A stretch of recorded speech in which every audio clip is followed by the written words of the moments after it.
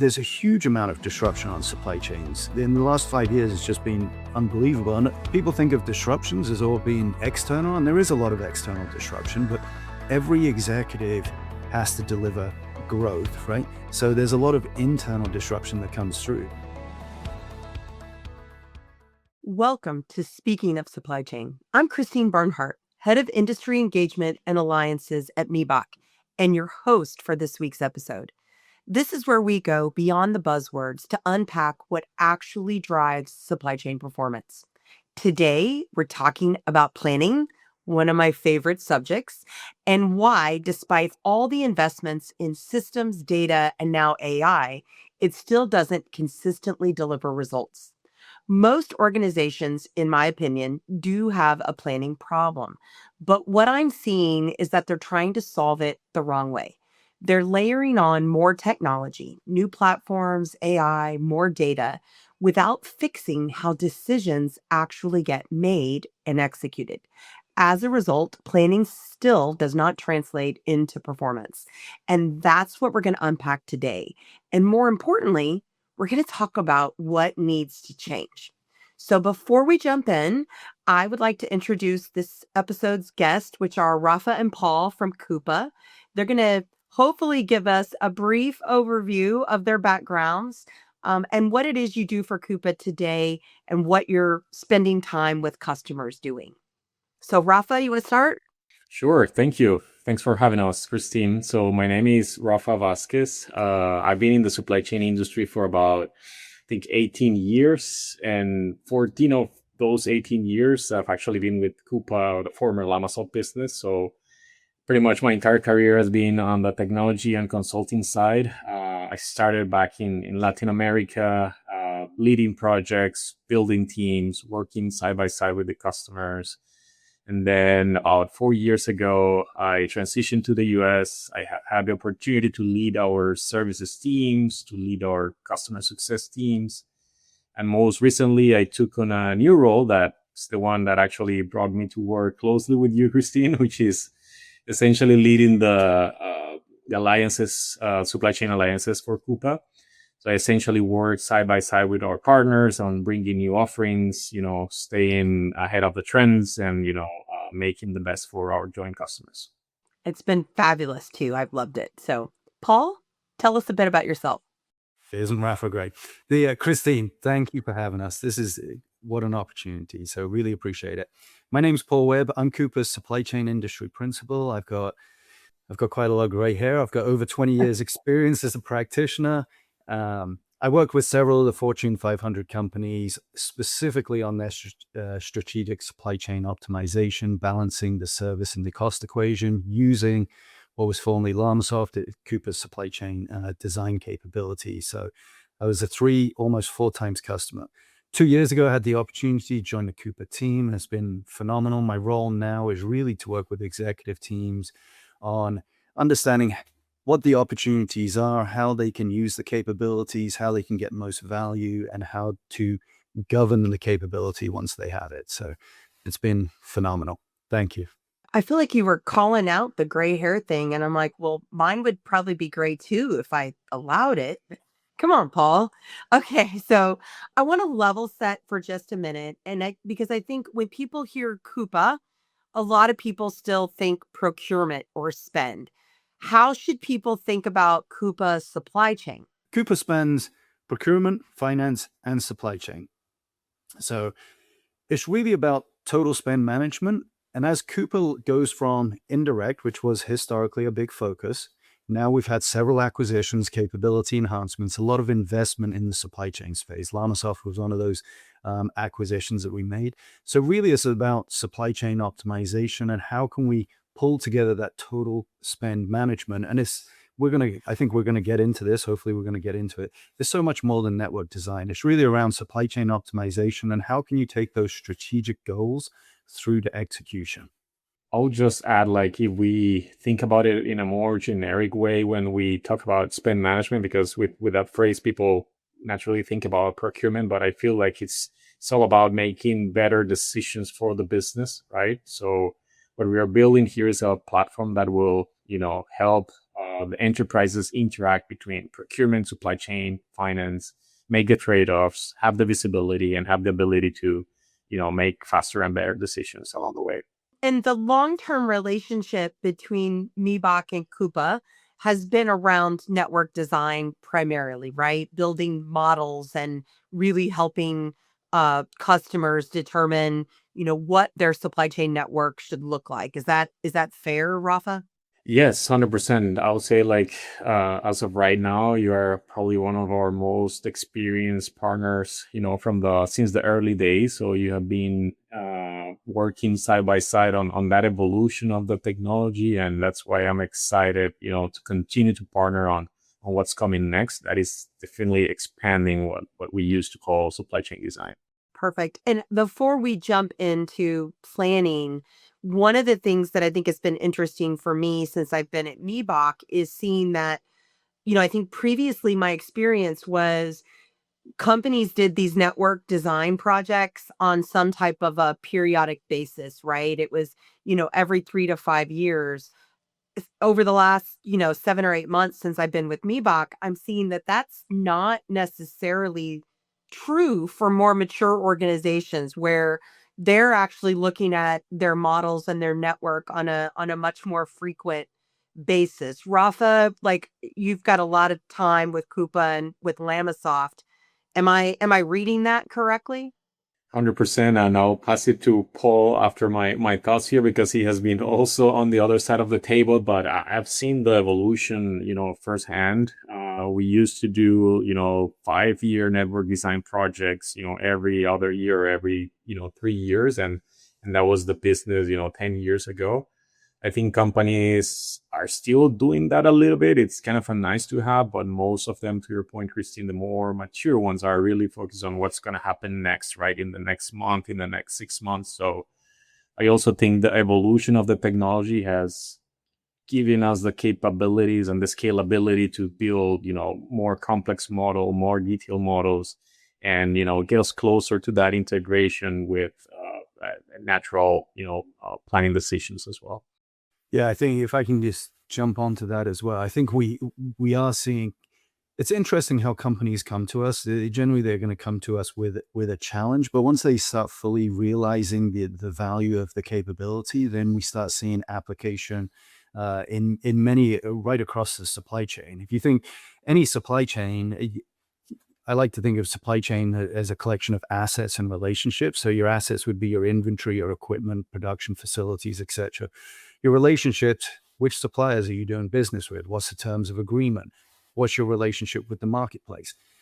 Whenever you have to make a different asset or a relationship decision, that's really where people are using supply chain optimization. Your planning system is very good at holding your current configuration, but there's a huge amount of disruption on supply chains. In the last 5 years, it's just been unbelievable. And people think of disruptions as all being external, and there is a lot of external disruption, but every executive has to deliver growth, right? So there's a lot of internal disruption that comes through. So whenever your supply chain needs to adapt, to evolve, how are you making those decisions? Because quite often, you can't make those decisions in your planning system. So what we're seeing with our customers as they grow in maturity is they're taking the supply chain optimization capabilities and they're applying it to a specific asset or relationship or area of the business and saying, how do I need to evolve this area of the business?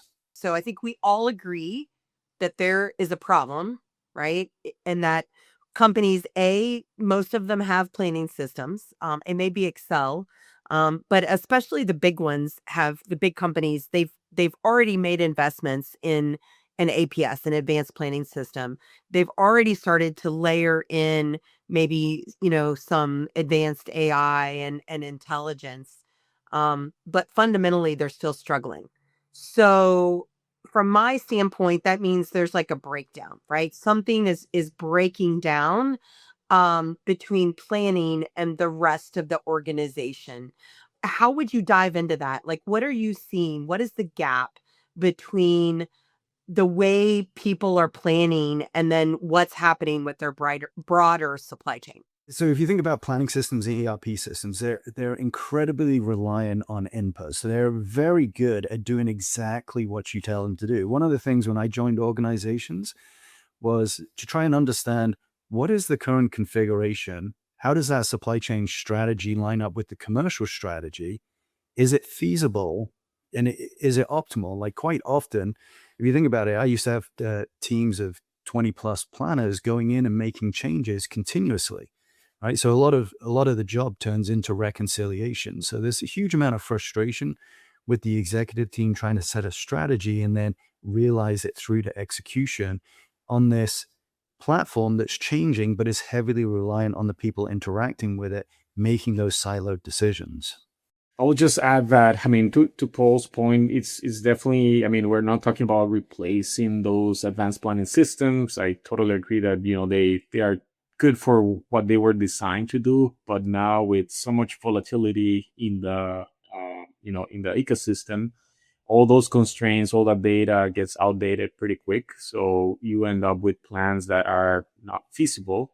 So I think that the question or the issue is not about getting a better planning system or, revamping the planning system. I think it's about having better assumptions and better decisions to drive or to feed those planning systems so they can actually have the flexibility that they are lacking today.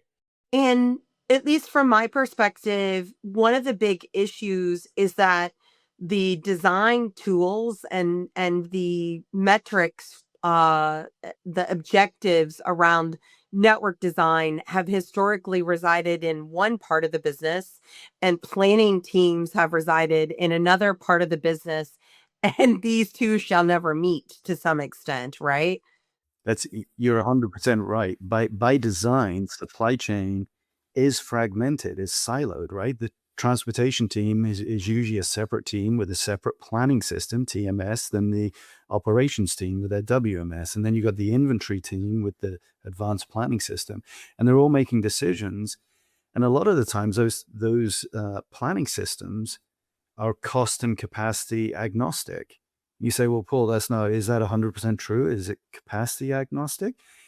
A lot of the times, if you put a hard stop capacity in a system, as you're taking those customer orders, you don't want the system to stop, which it would do if it hit a hard constraint. So generally, it's just passed through to operations. So a lot of the times, these people are making decisions. They're not really provided the information from which to make the decision from. So Rafa talked about it's about making better decisions. What does a better decision look like for the organization? How aligned is the decision with the strategy the executives are trying to accomplish here? And planning is happening continuously, but with static data, right? I mean, which is also problematic here. Exactly, which is part of the evolution as well of what that we're trying to do with the technology. So when we talk about the buzzword of the digital twins and so on, it's just the idea of, hey, we need this constant feed of data to keep these models as updated as possible for whenever you need a decision. And I think the other biggest gap, when I was leading the customer success team, this was a metric that we used to follow a lot, which was identified value versus realized value. So we're trying to teach our customers, like, it's great, you have a lot of models, you're making, a lot of scenarios, but anything within the design framework that will be just, identified value, you really need to cross the bridge and get into the planning systems to actually execute and realize that value. And of course, we get into the issues of silos and peoples and different responsibilities or incentives. So it's actually way more complex than just the technology alone. Okay, so if I'm following you, I think what we're really talking about then is this fundamental need to connect three things: the design, the network itself, right? Like, what does your supply chain actually look like? The plan, and then the execution of that plan. So like, what does this look like in practice? Like, be really practical, pragmatic. What would this look like in an organization? The process that I think everyone is familiar with that normally tries to connect, is the SNOP or the IBP process, right? That tries to bring it all together. Is generally discussed at an aggregate level. And that tries to bring everything together. But if you think, I've run S&OP processes. If you think in an organization, where do you get the information from which to frame that S&OP discussion? Generally, it's going to be from your planning systems. And then the heart of the S&OP process is really, what is the current trend of the business, given the constraints of the suppliers and our ability to produce and support new product introduction and everything? What is the current trend of the business, the demand, the revenue volume, versus the annual operating plan or the executive commitment to the board of directors shareholders? Now let's go through a scenario. Let's say there's a gap between your financial commitment to the marketplace and then your current trend of the business. That's where the executives really need to make decisions on how are they going to evolve, adapt their supply chain to close that gap. Quite often you're coming back and you're saying, let's run a scenario. How about we bring this product launch forward, or we accelerate the going into this specific market? Where are you going to run those scenarios? Like, you don't have the data to support it. You certainly don't have the transaction data. This is where scenario planning really comes into its own and lets executives know that run through the scenarios and understand the financial and operational impacts of some of those decisions they're trying to make to close the gaps to make sure that they can meet that financial objective. And so if I'm hearing you correctly, what we're saying though is those scenarios really should be ran in the supply chain design software, not necessarily in the planning software. Is that correct? Because your planning software is heavily input dependent and it holds your current config. Let's go through a scenario, Christy. Let's say we're expanding business and we need to open up we're bringing a new supplier on board, or we're opening up a new distribution center, right? So in 3 months' time, this capacity is going to come on board. Can I put that in my planning system today? Because it's not available to me today, right? And then at what level of detail am I going to put it in my planning system? Normally there's a go live and there's a whole project about standing that up. But these executives will have several things on the horizon that will impact the financial year end, which is where they've got to ultimately meet their financial objectives. So generally, the S&OP process with scenario planning supported in their design environment gives them the opportunity to run those scenarios, baking in some of those decisions that are ongoing across different business units to give them that strong picture of what's the financial and operational impacts of these decisions we're making. I don't think it's feasible to run these scenarios in a planning system. Now, a lot of the planning systems have, quote, scenario planning capability, and that's phenomenal. That's supply and demand balancing within the infrastructure that you currently have, right? If you're changing your constraints, your capacities, your suppliers, planning systems really struggle to run those scenarios. Right? It is, yeah. Incredibly challenging. I mean, I ran S&OP when I was at Mead Johnson, and to your point, even if we knew we had a new product or we had additional capacity coming on board, the product development team, the PD team, you weren't putting anything into the APS or the ERP until it was 100% approved, until it had gone through all the regulatory hurdles, right? So we were pulling things out of the planning system and putting it into Excel because it was the only option to kind of see what those impacts are. And what you're really saying is you've already made investments in Coupa or a similar tool. Why aren't we leveraging those investments to really start to do more? Yeah, you're 100% right. Changing, and you say, well, don't I have test environments to do this? Well, if you start embedding your test environment into a monthly process, then you've taken it away from the core function of being able to test functions for updates, right? Yeah. So it gets incredibly challenging to incorporate some of these changes to answer executive questions before they occur, right?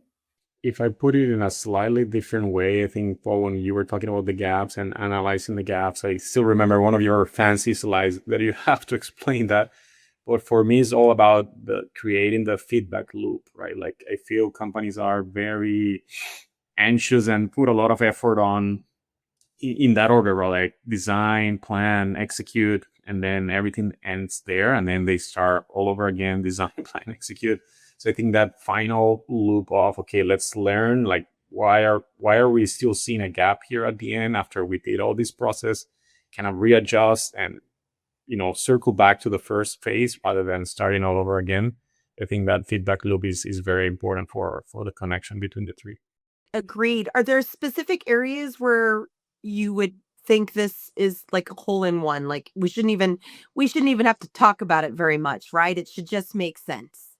I can start, there are definitely, we have several use cases that we can support within the platform, but I think the ones that come up more commonly to, get into the planning and getting into those feedback loops. One will be the capacity planning, right?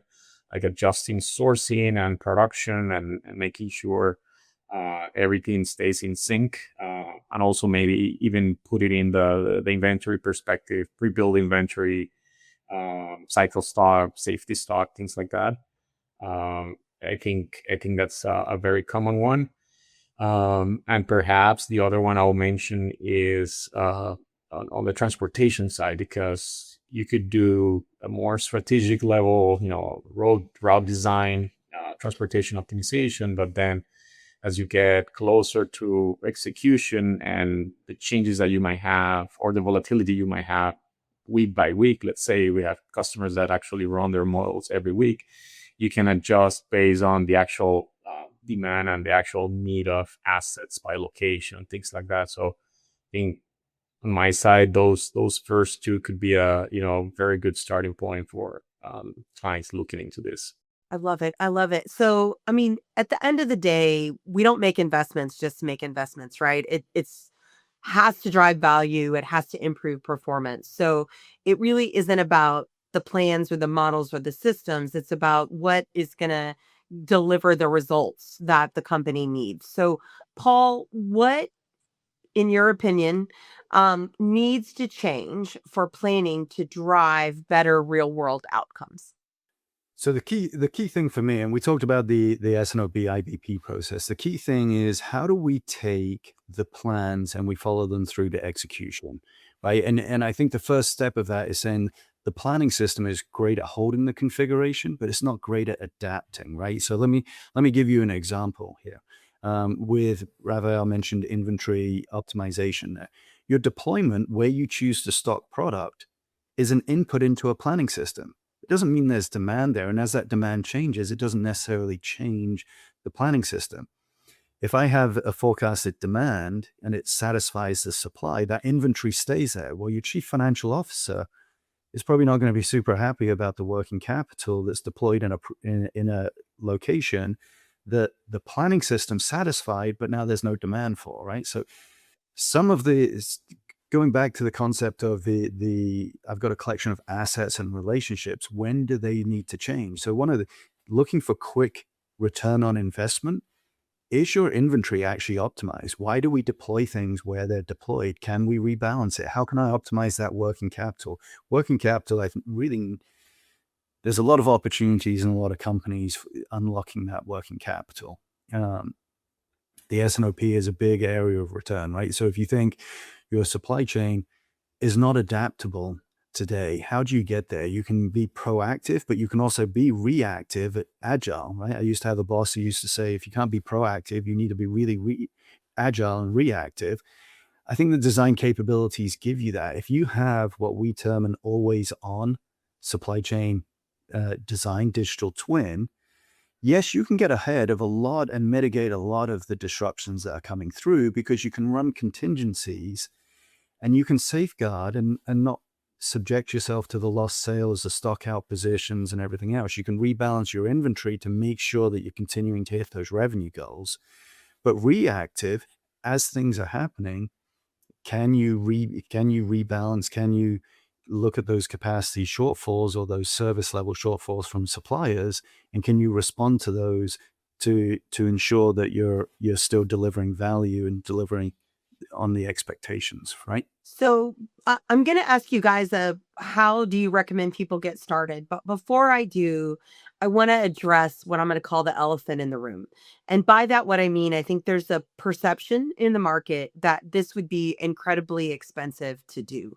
But I think one of the things that I've been really excited about that I've seen in the last couple of months of working with Coupa is you guys are actually changing your model and you're changing how you interact with customers. So do you want to spend just a few minutes to kind of highlight like that it's a really big shift in how Coupa's thinking about this, correct? Yeah, I think the main change we have done over the past 12 months is to really align our very own Coupa, objectives and incentives with our customers' objectives and incentives. So rather than charging or selling our platform, by the traditional number of users, and as everyone has been doing business in the past, we're actually tying that to usage and value, right? So I think that's a big shift because if you are not getting value out of the platform, then we're not getting, our incentives on our side, right? So customers will be essentially paying for what they use, for the value they're extracting from the platform, and that essentially incentivizes the whole team, like services, customer success, marketing, you call it, to actually drive more adoption, more use cases, more value together with our customers, rather than, hey, we already made a transaction, you bought a bunch of licenses, I'm done, you figure it out. We are now more than ever very close to our customers on this. Well, and actually, from my perspective, it helps to kind of tear those silos down. Where previously we would have said, well, this group, whether it was logistics or transportation or maybe a network COE, they owned the licenses, and they were not going to give up a 100%. license functionally to another group, right? So this really allows better collaboration within the customer base of those various stakeholders. Okay. So as a practitioner, it was always a point of frustration for me because the capabilities were phenomenal, but we almost penalized customers, right? So as I had my center of excellence, I really wanted to set up processes to allow the transportation team to optimize. But in the old model, we would kind of penalize through the pricing for doing that, right? We're moving away from that. So Coupa's done a couple of really good things for us, right? It gave us the scale and the security, the ability to support. So the investment from Coupa has been phenomenal for the capabilities overall. The user-based pricing is great, and that overcomes a huge point of frustration. At least it was for me. I imagine for many people. And then the other thing that I don't think everyone realizes is as we invest, and there's a lot of investment. The world's changing, and the agentic platforms coming through. I don't want another SKU for every time we do something clever, right? So the capabilities are developing, but it's developing and it's embedded in the capabilities that we have. So when you form a strategic relationship, you're benefiting from all of that investment and where we're going to. So I used to get frustrated when companies would do something clever and say, but I have this extra SKU for Yeah. you to get, right? So You got to charge. I'm charging you more money to use this. Yeah. yeah. No, I agree with you. It's incredibly aggravating. Okay. So let's get to the juicy part. How does somebody get started? Right. I mean, this seems like a lot. Do I have to rip everything out? Do I start over? I'll say the good news is that you definitely don't need to rip and replace anything. We are usually coming to augment what you have and complement and give that flexibility that we were talking about. So for me, the best place to start will be to, first of all, pick one or two high value decisions or areas that we want to improve. Then, bring the proper capabilities or close that gap that you might be missing. But again, it's going to be augmenting, complementing what you already have, and then essentially start creating those, feedback loops that we were talking about. So there is obviously a component of technology, implementation, consulting, but for me, it's also about, how the organization is operating, how we are aligning, those different areas, how we're breaking down the silos. So it goes beyond the technology, but it definitely pays off if we invest into this. Yeah, definitely. There's no rip and replace. This is, if you think of this scenario planning capability applied to the right processes and supporting the executive team more, is is really a phenomenal capability. Cooper, as I think you know, maybe many of the listeners know, have thousands of successful customer implementations. Maybach is incredibly experienced in this space as well. So how do we get the customer from where they are today to the point, the return on investment, right? I like to call it funding the journey. So generally, the approach I would recommend is, as Rafael said, let's find where the real pain points are at the moment, the frustration points, and that's the low-hanging fruit. Let's unlock that, and then think through what else can we use this capability for to support you achieving those service levels, support you achieving the growth aspirations of your executives, to take away some of the pain of those disruptions, mitigate them as much as possible. So there's a huge amount of opportunity right across supply chain, whether it's in inventory, warehousing, transportation, production planning. So there's a lot of opportunity out there. Yeah, I love it. I mean, I'm a true supply chain nerd, so I'm like, oh, this is so exciting. If people want to learn more or they want to continue the conversation, how do they get in touch with you? Where can they find additional information? Yeah, absolutely. I think they can definitely reach out directly, reach us out through LinkedIn. We will definitely connect you with the right people, but this is also part of why we are building our partner ecosystem. So definitely call me back as well. I think we have been working side by side on addressing these challenges. And I will say also the best way to get to know more is join us at the various events that we're going to be participating in the following weeks. We have a very tight schedule from now till the summer. So I know there's going to be a lot of opportunities to interact, listen to our panels, webinars, things that we're doing just to get the word out. Yeah, as Rafael said, so this is I call this conference season. So ISM, Inspire, Gartner, a whole host of events that we do. So please come and say hello to us there. Often we're side by side with Maybach. The Cooper website is also phenomenal as well. We've got a huge amount of information and resources there. So if you're just like, that sounds interesting, let me go learn more, go to the Cooper website. We've got demonstrations on there. We've got a lot of white papers on there. But reach out. I love it. LinkedIn for me as well, although I always tell people to be patient. I will get through all the messages eventually. Sometimes I'm a little slow. But I will be at Gartner, the Supply Chain Symposium. Will be actually Meebach will have a booth both at the US and the European symposiums. I personally am going to be at Coupa Inspire. It's my first one. I'm super excited about it. And then people can also find me in May at Home Delivery World in Nashville. So if you're attending, reach out. I'd love to connect. We can get a coffee or a cocktail or just, shoot the breeze a little bit and get geeked out on supply chain. And as always, thank you so much for joining us.